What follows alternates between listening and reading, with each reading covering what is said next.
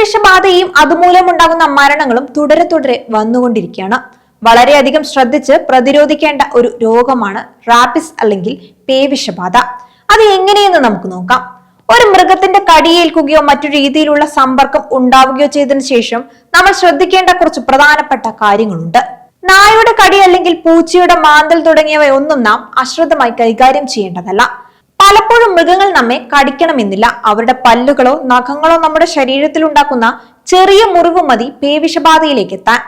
അത് വീട്ടിൽ വളർത്തുന്ന നായയായാലും തെരുവിൽ അലഞ്ഞു നടക്കുന്നതായാലും ഒരുപോലെ നമ്മൾ ശ്രദ്ധിച്ചു കൈകാര്യം ചെയ്യണം. ചിലപ്പോൾ പേവിഷബാധയുടെ ഒരു ലക്ഷണങ്ങളും ആ മൃഗത്തിൽ ഉണ്ടാവണമെന്നില്ല. ഏത് രീതിയിലുള്ള പോറലോ മുറിവോ ആണെങ്കിൽ പോലും എത്രയും പെട്ടെന്ന് കടിച്ച ഭാഗത്ത് സോപ്പ് ഉപയോഗിച്ച് 15 മിനിറ്റ് നിർത്താതെ കഴുകുക. കടിച്ച ഭാഗത്ത് അനാവൃതമായിരിക്കുന്ന നാഡീകോശങ്ങളിൽ കയറിക്കൂടിയിട്ടുള്ള വൈറസുകളെ നിർവീര്യമാക്കി ഒഴുക്കിക്കളയാൻ സോപ്പിന് സാധിക്കും. മൃഗത്തിന്റെ ആക്രമണം എവിടെ വെച്ചാണെങ്കിലും ഇത്തരത്തിൽ കഴുകേണ്ടത് അത്യാവശ്യമാണ്. കാരണം ഈ പ്രാഥമിക ചികിത്സയുടെ പങ്ക് അത്ര വലുതാണ്. പിന്നീട് എത്രയും പെട്ടെന്ന് ആശുപത്രിയിലെത്തി ഡോക്ടറുടെ നിർദ്ദേശപ്രകാരം കൃത്യമായി തന്നെ വാക്സിൻ എടുക്കുക.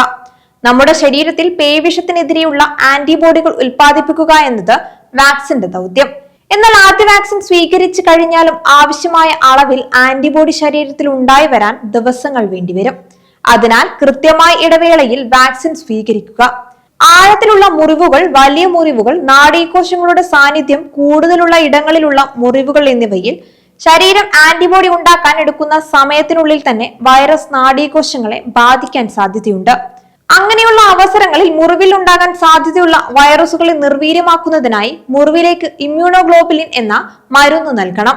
മുറിവിലല്ലാതെ മറ്റൊരിടത്ത് ഈ മരുന്ന് നൽകിയിട്ട് ഒരു പ്രയോജനവുമില്ല. മൃഗത്തിൽ നിന്നുണ്ടാകുന്ന എല്ലാ മുറിവുകളിലും ഇത് നൽകുകയും ചെയ്യണം. സോപ്പും ഇമ്മ്യൂണോഗ്ലോബുലിനും അടിയന്തരമായി ചെയ്യേണ്ടതാണ്. എന്നാൽ വാക്സിൻ രോഗത്തിനെതിരെ നീണ്ടു നിൽക്കുന്ന ശക്തമായ പ്രതിരോധത്തിനുള്ളതാണ്.